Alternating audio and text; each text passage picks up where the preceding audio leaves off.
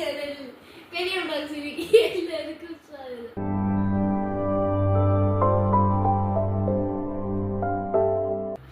ഇന്ന് സൺഡേ ആണ് ഗൈസ്. അതുകൊണ്ട് ഞാൻ ഡ്രോയിങ് ക്ലാസ് പോകുന്നത് ഗൈസ്. ഇന്ന് ഏത് പടം വരയ്ക്കും എനിക്കറിയില്ല ഗൈസ്. സാറ് ഇങ്ങനെ വരയ്ക്കാൻ പറ്റും. ഇന്ന് വർക്കലയാണ് ഗൈസ് ഡ്രോയിങ് ക്ലാസ്. അപ്പം